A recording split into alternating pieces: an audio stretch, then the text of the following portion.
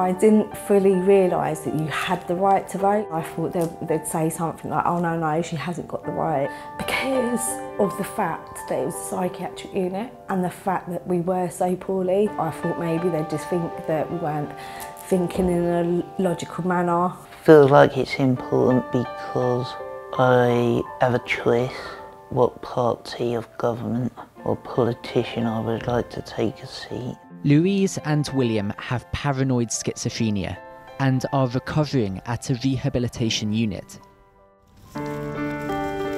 They want to vote in this election, and most mental health patients have the right to vote, apart from if they've been convicted of a criminal offence.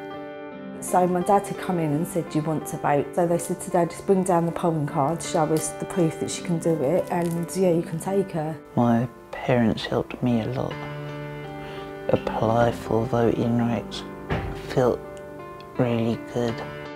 Louise and William are allowed to leave the hospital, but detained patients have to apply to leave, otherwise they can vote by proxy or post, although the turnout has previously been low.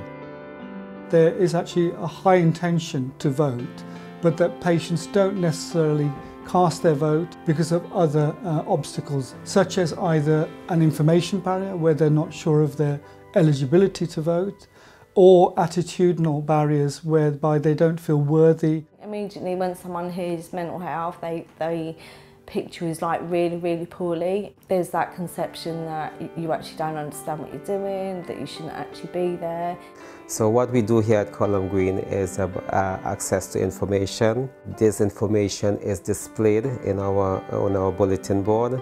We have weekly community meetings, which we bring it on the agenda, and if they choose to exercise their choice to vote, that we will be able to support them. They like you to be independent, they like you to do what you can for yourself.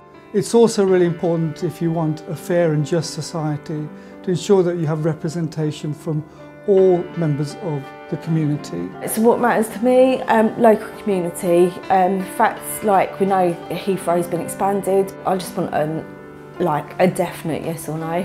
The police force, the NHS, between Labour views and Conservative views, it's a bit tricky to decide at the moment. Part of recovery from mental illness is about social inclusion and empowerment. The beliefs and the opinions of someone living with mental illness is equivalent to that of anybody else. Jamie Moreland, BBC London.